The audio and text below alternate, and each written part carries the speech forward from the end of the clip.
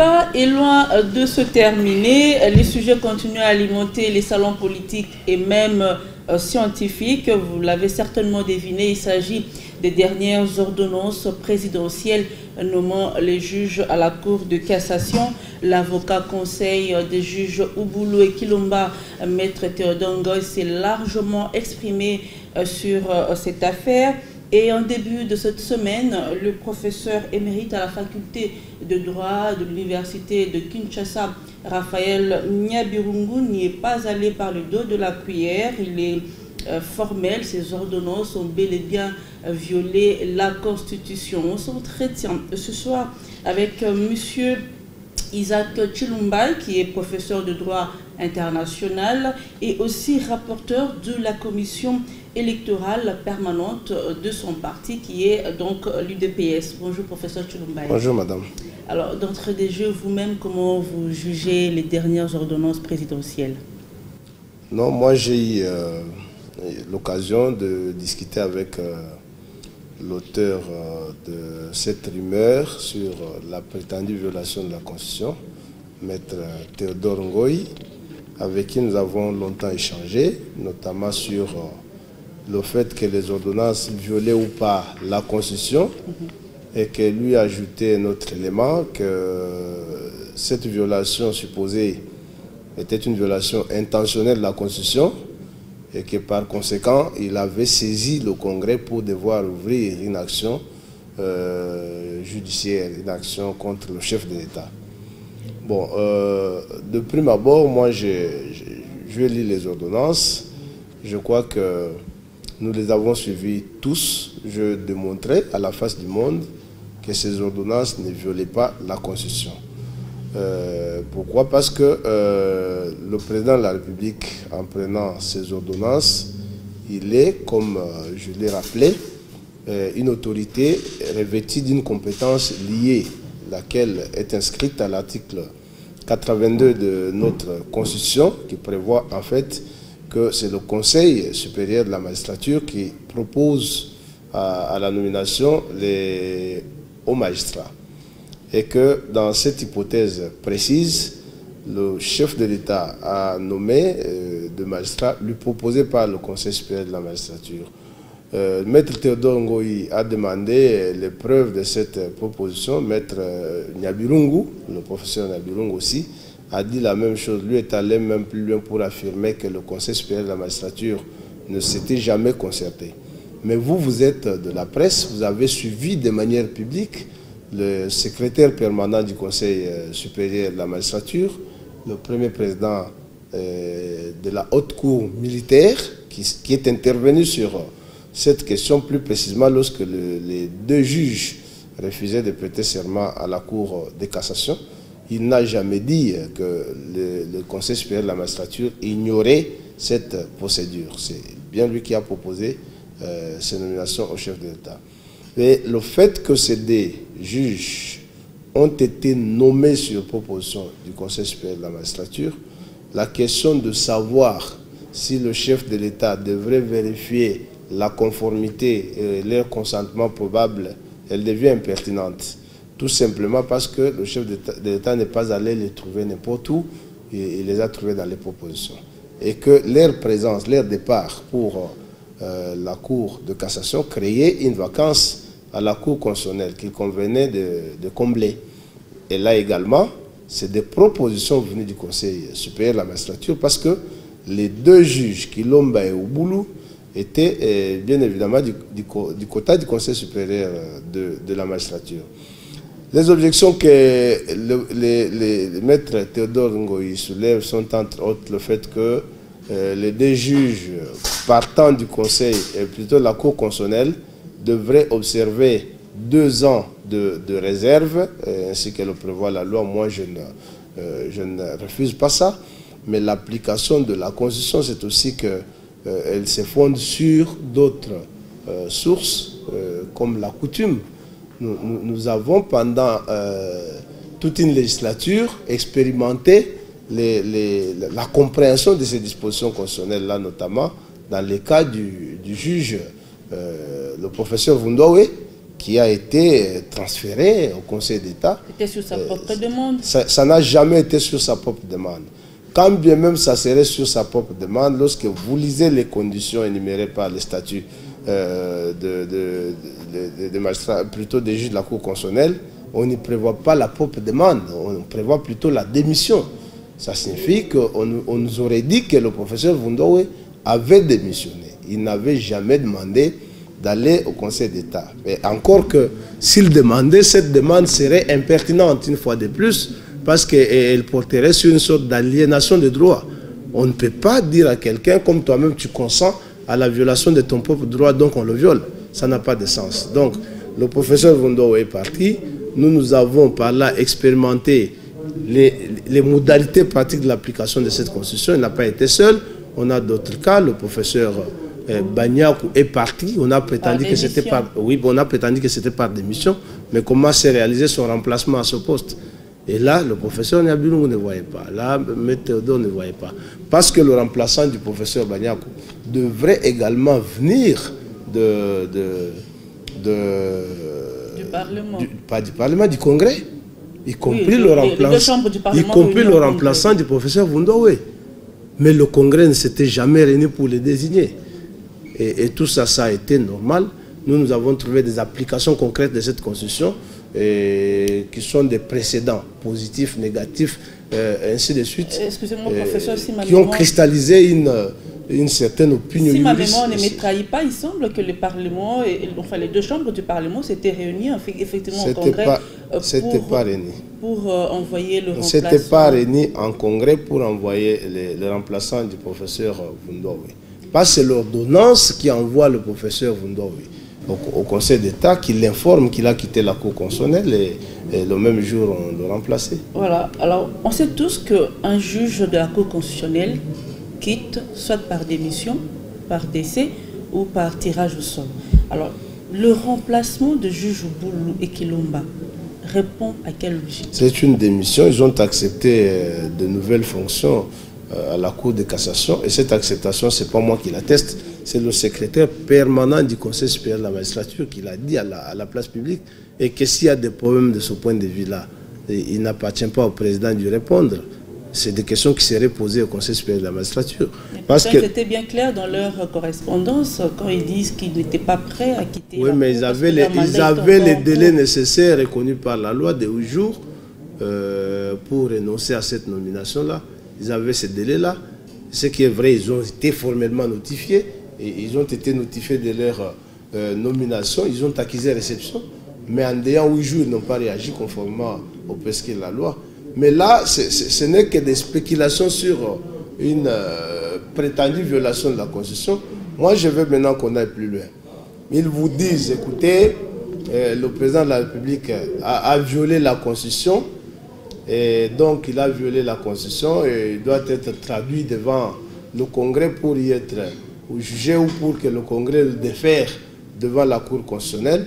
Et le professeur Théodore Ngoyi, un avocat que moi je respecte beaucoup, un pénaliste par ailleurs, un procédurier, il a même dit à la place publique que dans ce cas-là, le président de la République allait être traduit devant la Cour constitutionnelle par citation directe et par le Congrès. Moi, c'est vraiment effroyable, surtout que nous parlons à nos étudiants. Vous savez, l'université a déjà trop de problèmes, beaucoup de problèmes. Nous avons dans nos universités là trop de choses.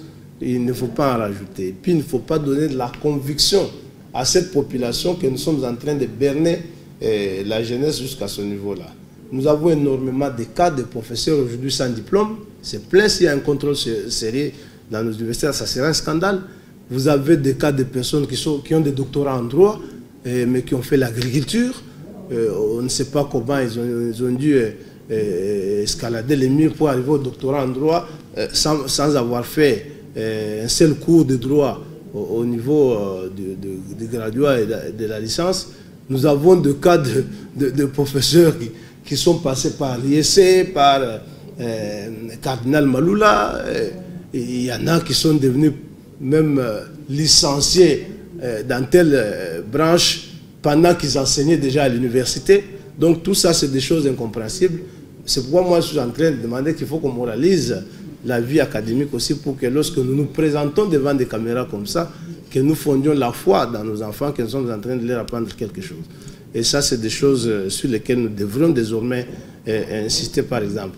Mais ici, oui, lorsque on dit qu'il a violé la Constitution, je vous dis ici que si violation de la Constitution concernerait le Conseil supérieur de la magistrature, mais on va plus loin, que le président a violé non seulement la Constitution, mais il l'a violé intentionnellement.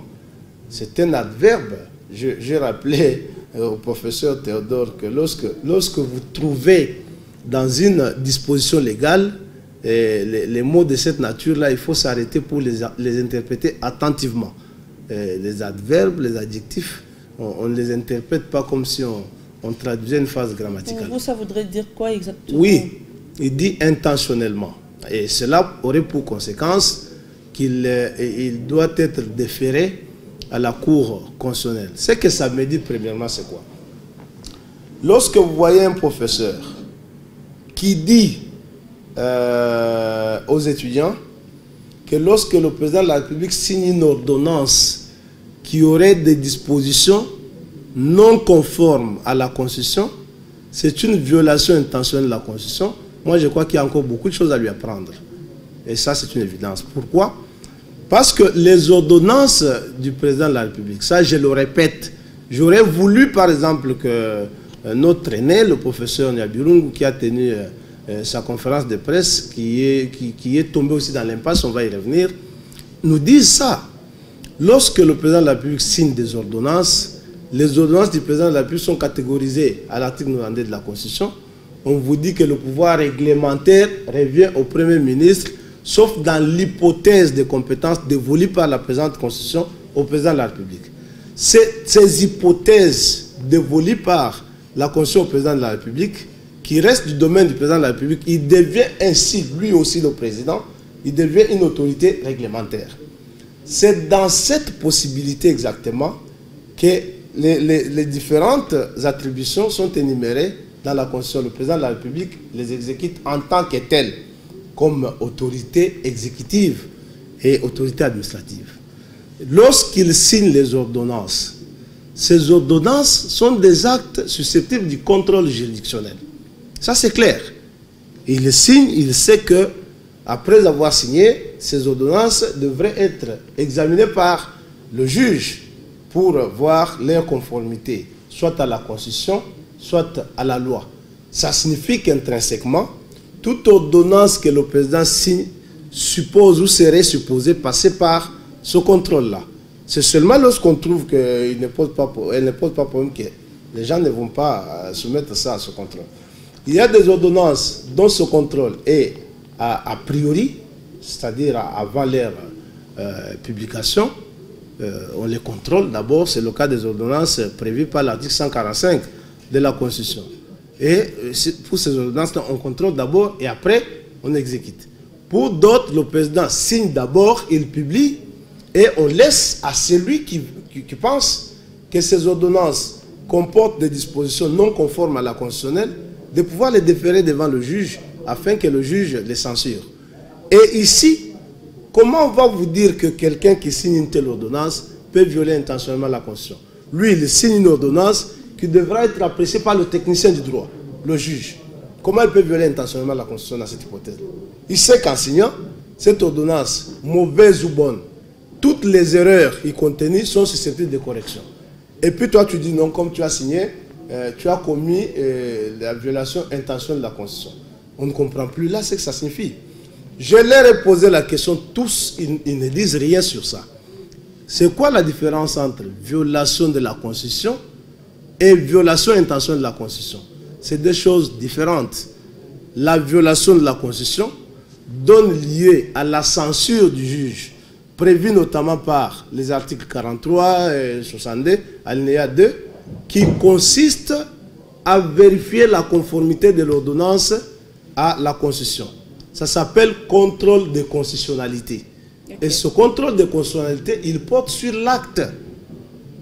L'acte lui-même, et non sur l'individu qui a signé l'acte. C'est un fait détachable. C'est un acte détachable, donc, de la personne qui l'a signé. C'est cette hypothèse-là. Donc, pour toutes les ordonnances du chef de l'État qui sont susceptibles de ce contrôle-là, on ne peut jamais parler de la violation intentionnelle.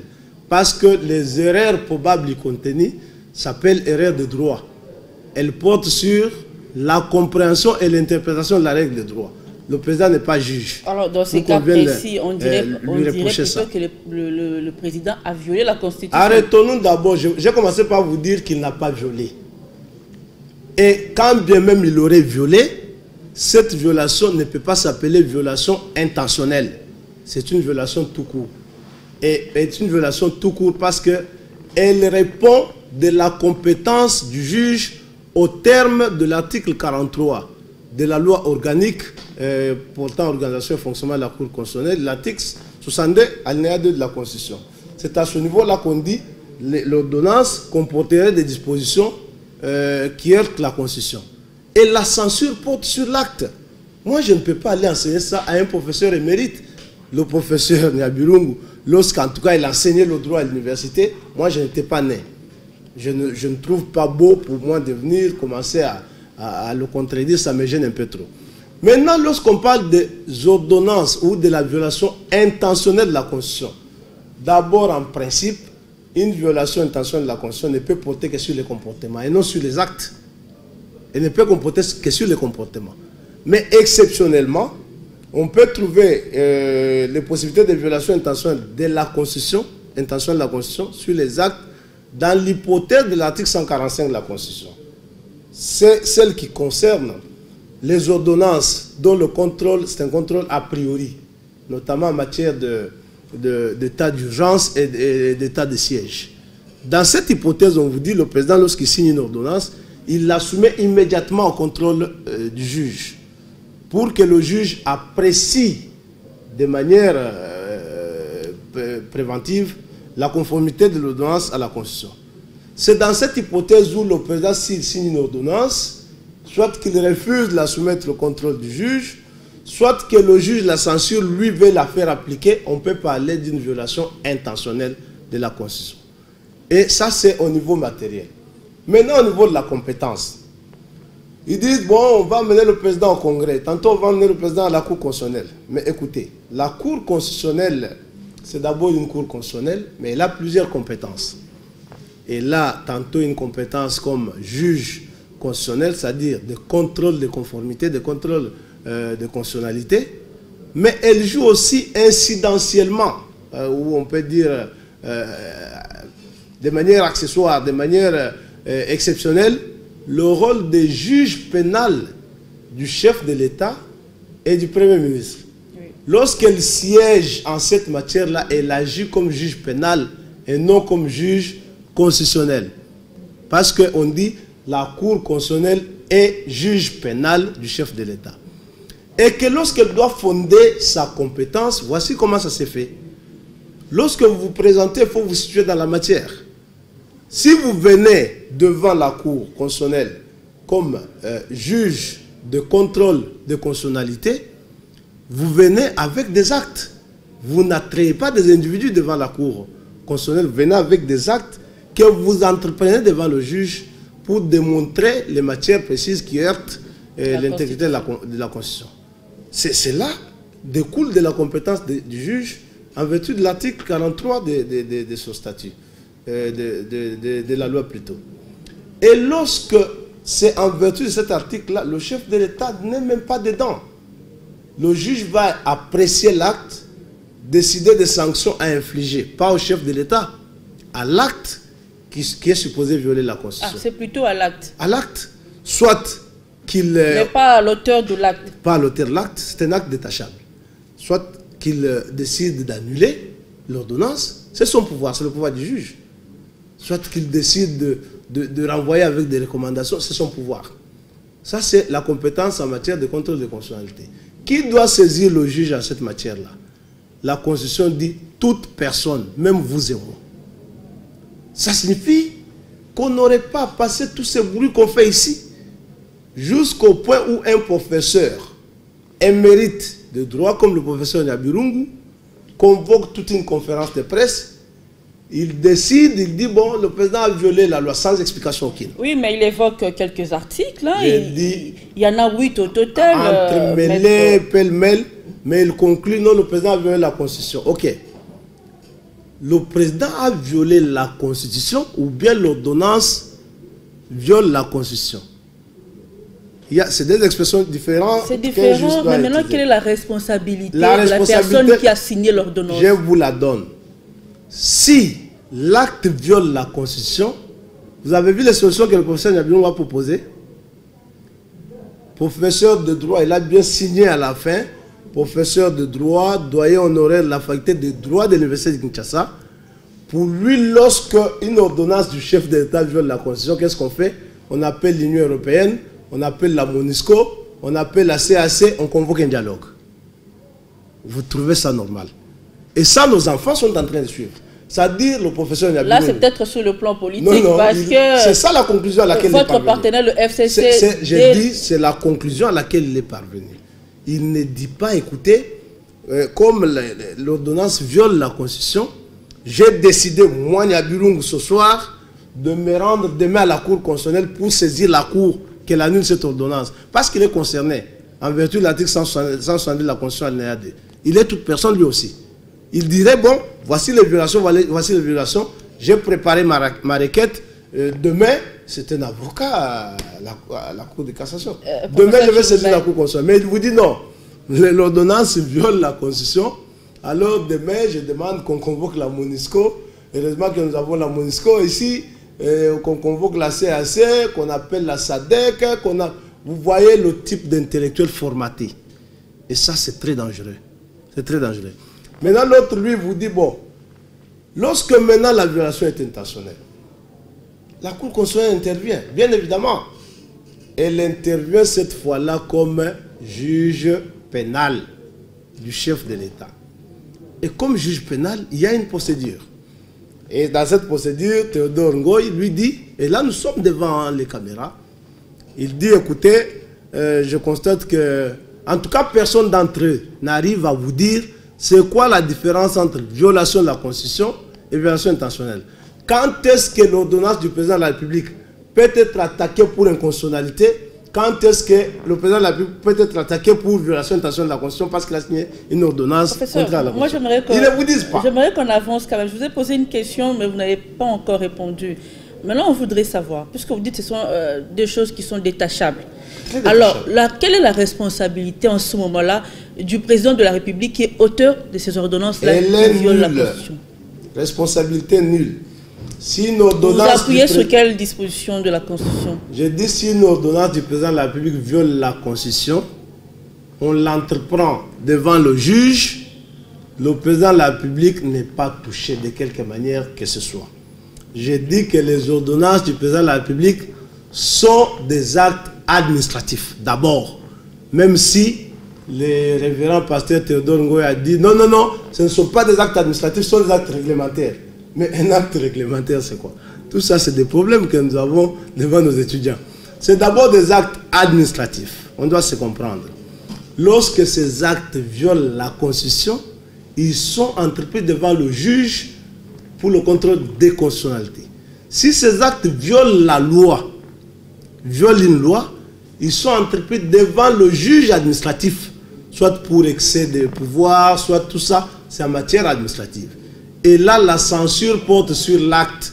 Si on annule, la sanction, elle est bien évidemment politique, parce que le chef de l'État sera là, il constate que mon ordonnance a été annulée.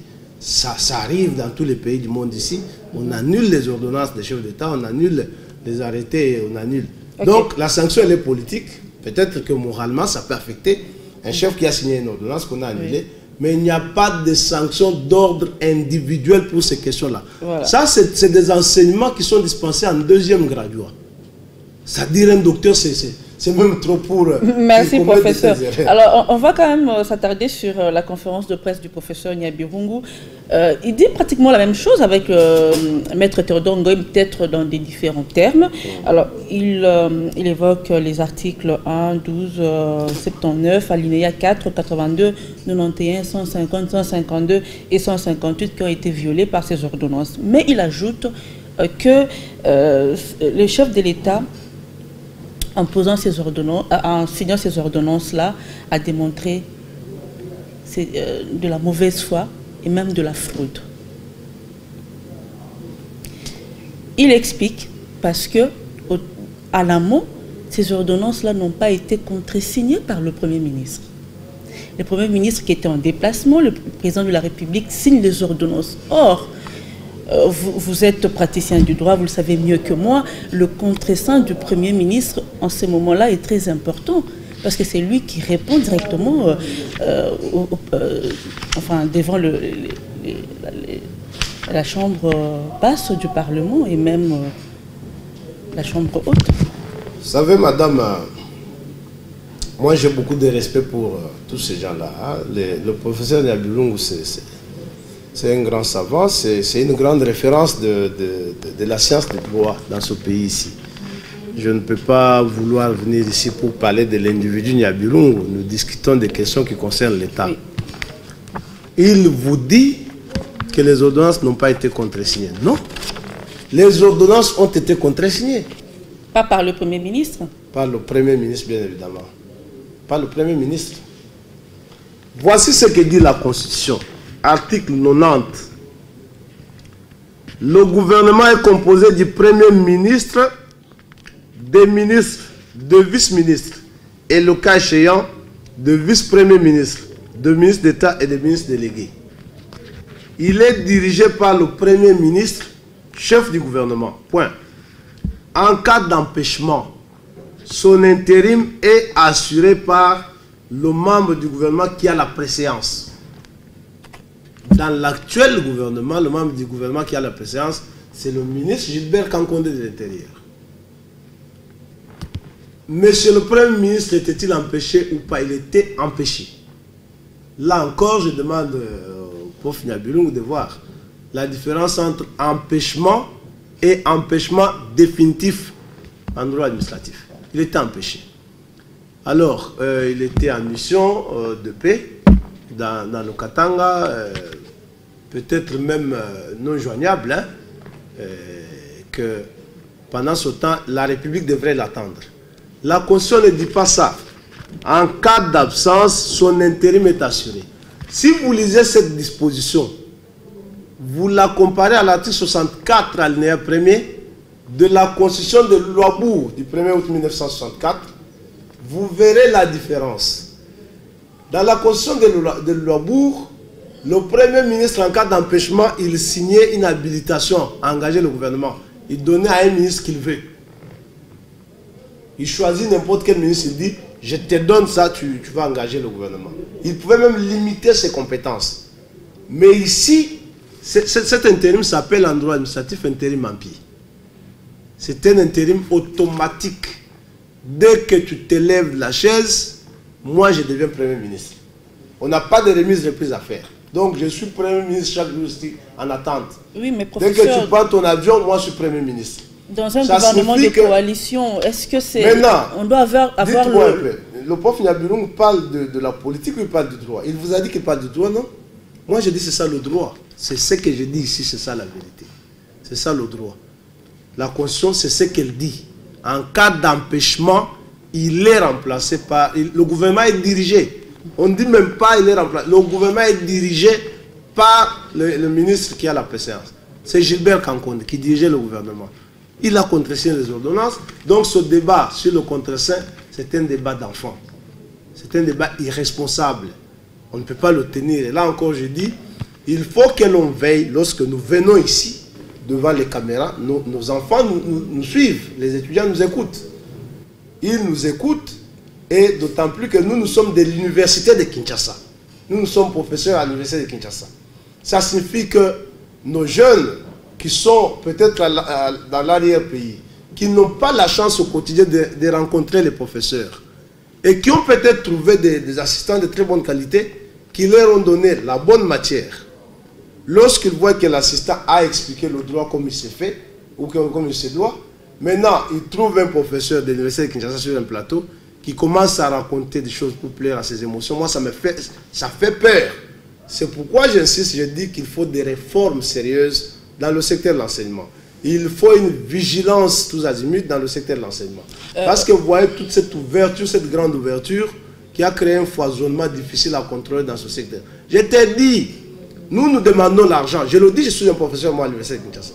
Nous demandons l'argent, qu'on nous ajoute l'argent. Nous touchons déjà beaucoup d'argent par rapport à d'autres fonctionnaires. Mais nous demandons qu'on nous ajoute l'argent. Moi aussi, je réclame qu'on m'ajoute l'argent. Mais la contrepartie, il faut que l'État vienne voir ce que nous faisons des enfants du Congo dans cette université-là, ou dans nos universités. Moi, j'ai dit, il faut qu'on vienne voir. Le jour que le président Tshisekedi va dire, ok, moi, je vous paye l'argent.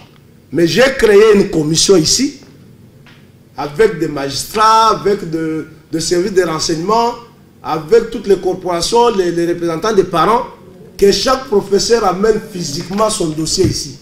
Qu'on voit son graduat, sa licence, avec quel pourcentage il avait fini. Qu'on voit sa thèse, qu'on voit son diplôme original.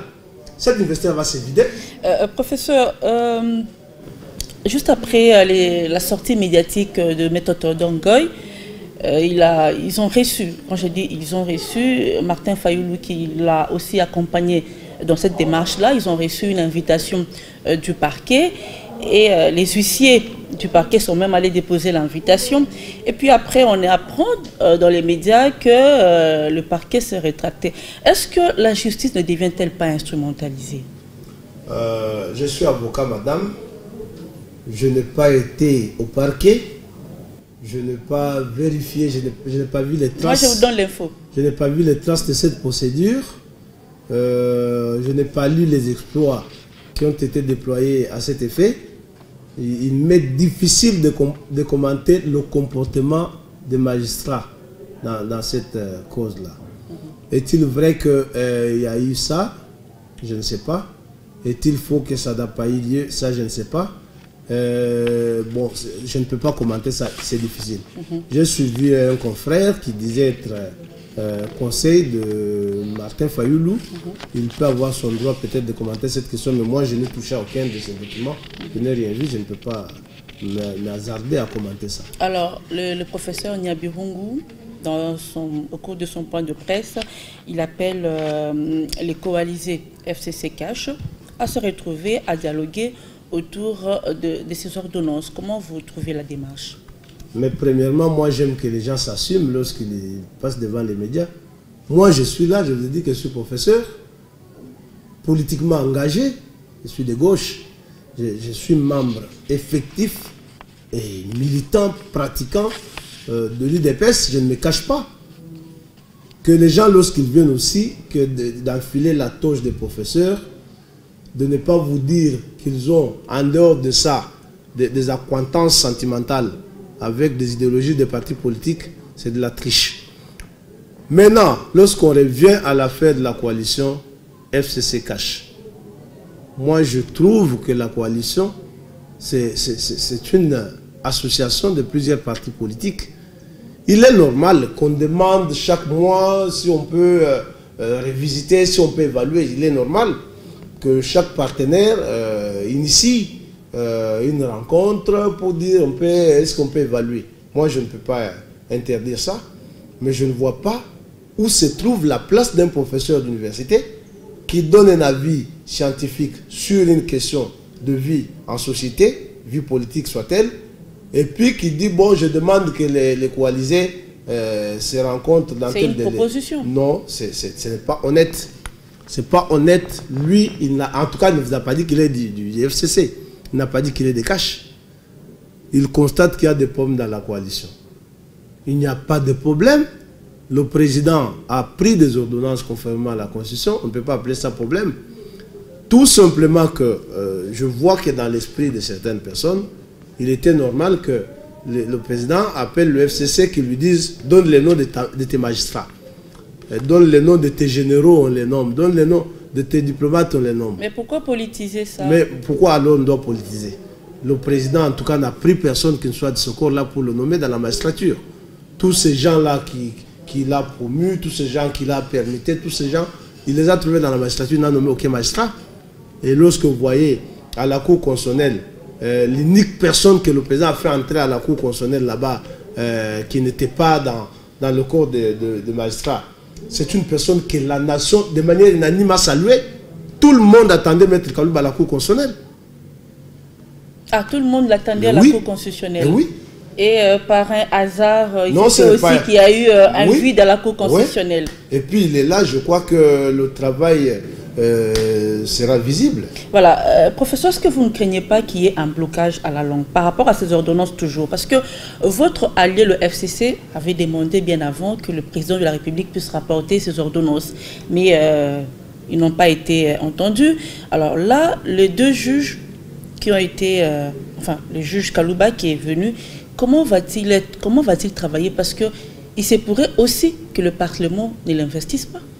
Non, non, non, non, non. Le Parlement n'investit pas les juges. Le Parlement n'investit pas les juges. Les juges prêtent serment devant le chef de l'État en présence des deux chambres réunies en congrès. On ne dit pas que les deux chambres investissent les juges. Ça signifie quoi?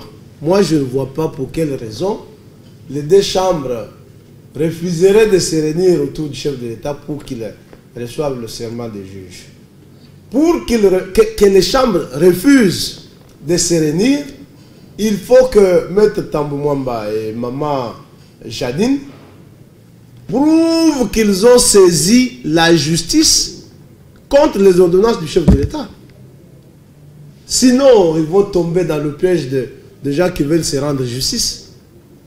Donc, vous êtes là, le chef de l'État signe des actes, et que ces actes vous offrent la possibilité, selon l'article 162 de la Constitution, de les attaquer en justice. Vous dites que vous n'attaquez pas en justice, vous boudez la justice, et puis vous dites non, nous allons décider du sort à réserver à ces actes. Vous décidez. Et on constatera que c'est une rébellion qui commence. Ça, c'est vrai. Moi, je crois qu'il y a encore du temps. Ceux qui ont des objections sur ces ordonnances ont toutes les possibilités de saisir la justice. Il y a le Conseil d'État qui est là. Si vous pensez que les ordonnances violent les lois qui ont été évoquées, ça est là. Vous saisissez le Conseil d'État. Si vous pensez que les ordonnances heurtent la Constitution, la Cour constitutionnelle, là, vous saisissez la Cour constitutionnelle. Mais comment vous allez vous réveiller des chefs? Vous-même, vous dites, bon, moi, je refuse d'investir comme vous dites là. Donc, vous refusez. En vertu de quel principe? En vertu, la nation va constater le début d'une rébellion. Professeur Chiloumbay, là, je vous prends sous votre casquette d'acteur politique. Vous-même, comment vous trouvez la marche de la coalition FCC Cash? Est-ce que cette coalition n'a-t-elle pas déçu les espoirs suscités au lendemain de l'alternance observée au sommet du pays? D'abord, partons de principe. Ce régime politique, ce n'est pas nous qui l'avons institué. Hein. Nous l'avons trouvé. Nous, IDPS, nous avions dit non à cette constitution. Nous avions demandé qu'on ne la vote pas. Parce que nous savions qu'elle instaurait un régime politique conflictuogène. Ça a été fait, et je peux dire que nous avons été minorisés, parce que selon nos amis actuels du FCC, le boycott n'avait pas été suivi. La constitution a été adoptée à 90%. C'est le peuple. Maintenant, nous l'utilisons. Nous n'utilisons que cette constitution. Rien que cette constitution. Ça signifie quoi concrètement? Nous sommes dans une coalition. On devrait s'arrêter, c'est vrai, évaluer, voir comment ça fonctionne. Si ça ne marche pas, nous avons des possibilités. C'est de nous séparer. Chacun va dans son coin. Et le président de la République nomme un informateur pour identifier une possible majorité encore au sein de l'Assemblée. Si la majorité n'est pas identifiée, on retourne devant le peuple pour que le peuple nous donne des structures cohérentes de gestion. C'est une possibilité. L'autre possibilité, c'est que nos collègues, nos amis du FCC comprennent qu'il est nécessaire qu'on observe ce qui est le plus utile. Le plus utile, c'est l'intérêt supérieur de la population que nous devons servir. Les multiples crises qu'ils multiplient ne vont pas nous servir. Non seulement qu'elles ne nous servent pas, nous, comme coalisés, elles ne servent pas notre population. Et les grandes difficultés que nous avons aujourd'hui à définir efficacement la marche du pays sont aussi dues à cette attitude. Vous accusez les FCC, pourtant c'est les FCC qui vous accusent toujours d'être à la base de certaines crises. Non, quelle crise? Nous n'avons créé aucune crise, non. Depuis que nous sommes là, nous n'avons créé aucune crise. On ne peut pas dire que la signature des ordonnances par le chef d'État, c'est une crise. Je dis bien que le président n'est pas allé prendre les gens dans l'IDPS pour les nommer magistrats. Le président l'IDPS n'a pas formé des généraux. Tous ces généraux-là qui sont là. En tout cas, le président est venu, il a placé confiance en tout le monde parce qu'il sait que c'est des généraux de la République qui sont formés avec l'argent de l'État. Il croit qu'ils ont été formés aux idéaux du pays et tout simplement le pays. Tous les généraux qui sont là, les Tchoué, les Tango Fort, tout ça, ils viennent d'où? Professeur, ce n'est pas seulement ça, mais il y a aussi le discours qui se tient chez vous à l'UDPS. Ce n'est pas un discours tendre envers votre allié. Je vais vous rappeler, par exemple, les sorties médiatiques du président intérimaire de l'UDPS, quand il parlait de nager, par exemple. Non. Il y avait des réactions au comportement parfois trop provocateur de nos partenaires. Vous n'oubliez pas les propos très discourtois qu'ils avaient tenus à l'endroit du chef de l'État. Le président de la République, c'est le Congo, surtout dans le régime qui est le nôtre. En France, le président de la République, c'est la France. Je vous ai toujours rappelé ça. Vous avez vu, lorsque le fils de Kadhafi a insulté Nicolas Sarkozy, vous avez vu l'union sacrée qui a été vécue en France. De l'extrême gauche à l'extrême droite, les Français ont dit qu'on n'insulte pas le président français. Pourtant, alors, ici au Congo, on a vu le président Kabila, durant tout son mandat, il n'a fait qu'essuyer des propos pas trop courtois, venant souvent de l'opposition. Venant de l'opposition, moi je ne récuse pas ça. Vous dites venant de l'opposition, mais ici les propos ne viennent pas de l'opposition. Les propos viennent des partenaires avec qui nous gérons. Et ça, c'est inacceptable. C'est inacceptable. J'ai appris qu'il y en a qui sont même allés dire là-bas à Kindu, écoutez, le président là, lui, il se contentera de l'inauguration de musée ou quoi là, tout ça. Non, le président, ce n'est pas un président pour inaugurer. Et lisez l'article 92 de cette constitution. Vous verrez que le président de la République démocratique du Congo n'est pas un monarque belge, ce n'est pas un président israélien. C'est un président qui règne et qui gouverne. On dit le Premier ministre assure l'exécution des lois et dispose du pouvoir réglementaire sous réserve des prérogatives dévolues au président de la République par la présente Constitution. Ça signifie que le président de la République dispose du pouvoir réglementaire. Il a un pouvoir de créer les actes de portée générale et qui s'appliquent. C'est même ça l'autre indélicatesse dans cette affaire des juges. Mais lorsque le président a signé une ordonnance, vous exécutez, ça s'appelle en droit administratif élémentaire le privilège du préalable. Ce sont des actes supposés conformes à la légalité établie jusqu'à ce que le juge les infirme. Vous dites nous n'exécutons pas. C'est une rébellion. Professeur, il ne nous reste plus que quelques minutes. Moi, je voudrais vraiment en une phrase que vous disiez aux téléspectateurs et auditeurs qui nous suivent en ce moment. Est-ce que la coalition FCC Cash a rencontré les aspirations profondes de la population? Il faut quantifier peut-être ces aspirations. Moi, je ne peux pas dire qu'elle l'a rencontré ou elle ne l'a pas rencontré. Il faut quantifier ces aspirations. Rassurez-vous que les attentes de notre peuple étaient trop abondantes et tellement grandes. Le pays c'était un enfer. Nous étions dans un gouffre.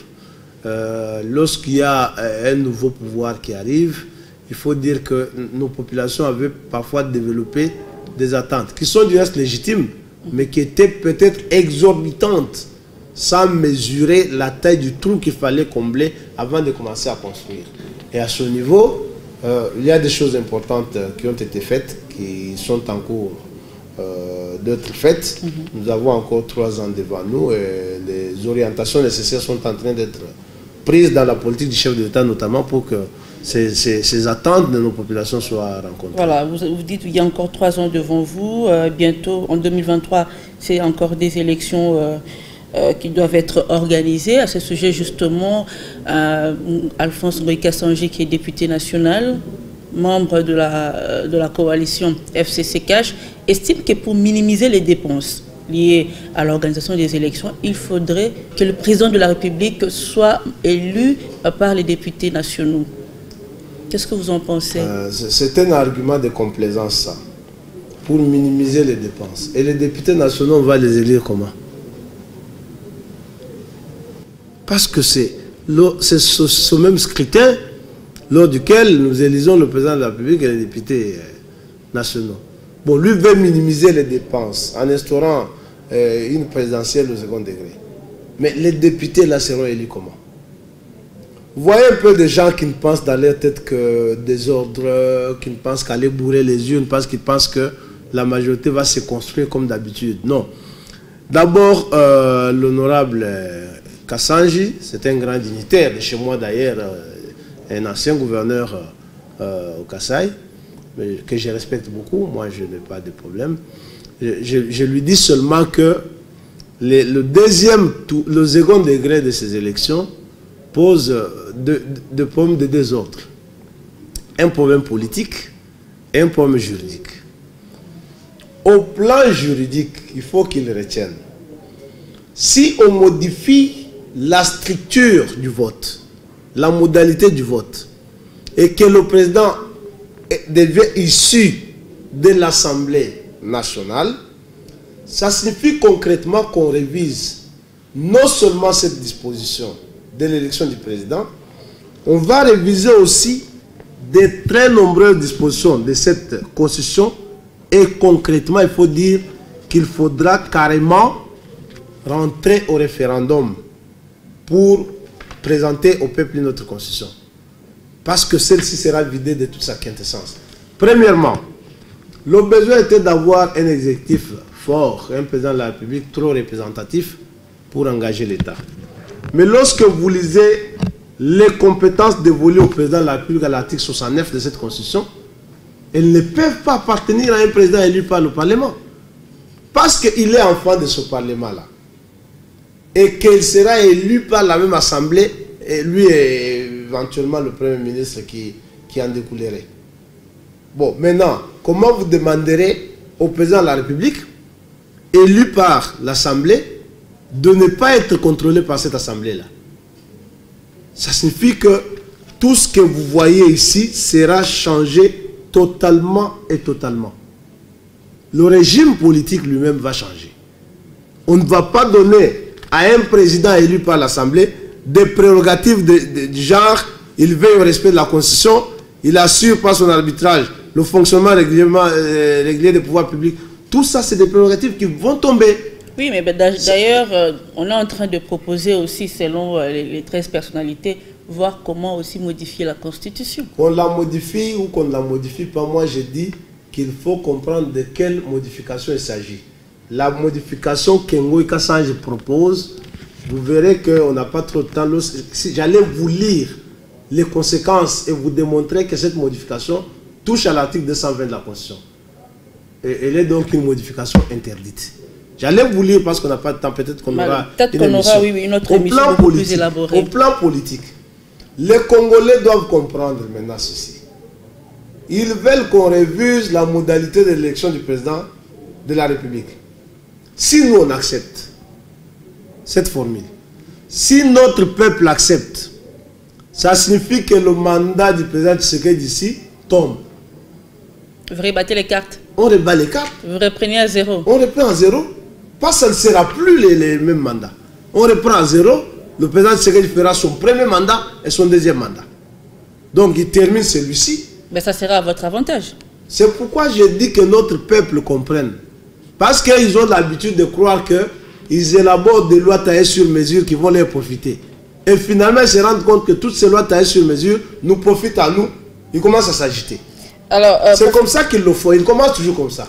Et lorsque ça va passer, si maintenant ça passe, c'est ce que je vous dis, bon, on recommence à zéro, maintenant je commence mon premier mandat, ils vont commencer à raconter des choses. Et s'ils commencent à gagner ces élections-là à l'Assemblée, là, et que nous allons aux législatives, ils perdent, ils n'auront pas de députés.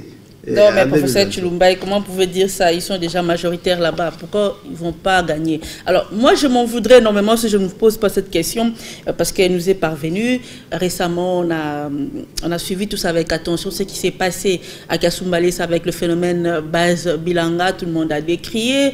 Alors, tout ça vient ternir quand même l'image de l'UDPS. Et très récemment, à Kingabwa, on a même arrêté une milice qui s'entraînait avec des effets militaires. Il y a même un des cadres de la maison civile du chef de l'État qui est aux arrêts, toujours concernant la même affaire. Alors, comment comprendre que ça vienne de l'UDPS, un parti qui a longtemps milité pour l'État de droit en RDC? Non, madame. D'ailleurs, le phénomène Bilanga ne vient pas avec l'UDPS. C'est plus accentué avec l'UDPS. Non, renseignez-vous, posez la question aux gens qui vivent à Kasumbalesa. C'est des fraudes institutionnalisées de ces 18 dernières années et qui se vivaient comme ça. De deux, que l'on dise que l'UDPS, en tout cas personne n'a pas soupçonné les gens qui se réclamaient d'être de l'UDPS, d'avoir été détenteurs des armes pour mater tous les services de l'État qui se trouvaient à Kasumbalesa. Je crois que pour ces faits, il y a de grandes complicités qu'il faut démanteler. Les jeunes qui se réclamaient d'être de l'UDPS ont été tout simplement utilisés comme des boucs émissaires pour que les grands koulouns en cravate s'enrichissent dans les mafias là-bas. C'est là que moi je me dis, nous devrions nous remettre à la justice qui fait déjà son travail sur cette question-là. On n'a pas besoin de venir encore commenter cela ici pendant que la justice s'est déjà saisie et que le parquet instruit déjà sur cette question. Mais nous, à l'UDPS, vous avez suivi le secrétaire général Augustin Kabouya, qui avait fermement condamné ce comportement. Et vous avez même vu qu'il y a eu une marche à Kasumbalesa contre Augustin Kabouya, qui n'avait pas admis ce comportement-là comme étant de l'UDPS. Nous ne partageons pas des attitudes anti-patrie et des attitudes de nature à défier l'autorité de l'État. Nous ne sommes pas dans cette affaire-là, ça c'est clair. Kingabwa, vous dites bien qu'il y a le directeur administratif de la maison civile du chef de l'État qui est aux arrêts. C'est, je crois, un premier signal pour faire comprendre que ce n'est pas des affaires de l'UDPS. Comme il y a quelqu'un aux arrêts et que les gens à qui on reprochait d'être des milices ont été aussi interpellés et que maintenant la justice est sur le dossier, attendons que la justice fasse son travail, que la vérité éclate. Nous n'avons pas à venir vous dire ici que pourquoi d'abord on dirait que c'est l'affaire de l'UDPS alors qu'on ne cite personne de l'UDPS. Oui, parce qu'il s'est réclamé de l'UDPS. Il y avait... Non, Kingabwa, personne ne s'est réclamé de l'UDPS. Personne ne s'est réclamé de l'UDPS. Pourtant, ils avaient des calicots de l'UDPS. Même la dénomination, c'est le président Tshisekedi. Voilà. Madame, c'est des initiatives anarchistes de gens qui ont tenté, qui avaient leur projet. Maintenant que la justice est saisie, maintenant que vous avez au moins un chef de l'État qui ne pose pas de questions de qui il s'agit, qui laisse tout le monde être interpellé par la justice. Et là, en tout cas, vous n'avez vu personne qui est passé avec un papier à la télévision pour dire « nous ressortissons des... » Non, on laisse la justice faire son travail. Et ça, je suis en train de le rappeler. Vous voyez que nous, on laisse la justice faire son travail. Même lorsqu'il s'agit de nôtres, de combattants, même lorsqu'il s'agit de nôtres, en termes de fratrie, et ainsi de suite, nous, on laisse la justice faire son travail. Il faut que tout le monde s'imprègne de cette culture, qu'on cesse avec cette histoire de nous ressortissants, qu'on laisse la justice faire son travail. C'est lui qui est arrêté, il est arrêté, la justice va instruire, s'il sera reconnu coupable des faits qui lui sont reprochés, et le président de la République a recommandé que la loi s'applique dans toute sa rigueur, qu'il s'agisse de Kingabwa, qu'il s'agisse de Kasumbalesa, c'est-à-dire qu'il a recommandé que la loi s'applique dans toute sa rigueur. Merci, professeur, d'avoir répondu à nos questions. Je rappelle qu'on recevait M. Isaac Chilumbaye, qui est professeur de droit international, mais en même temps rapporteur de la commission électorale permanente du parti, son parti, qui est donc l'UDPS. Moi, je vous dis merci de nous avoir suivis et vous fixe au rendez-vous très prochainement. Merci et très bonne suite des programmes sur Digital Congo.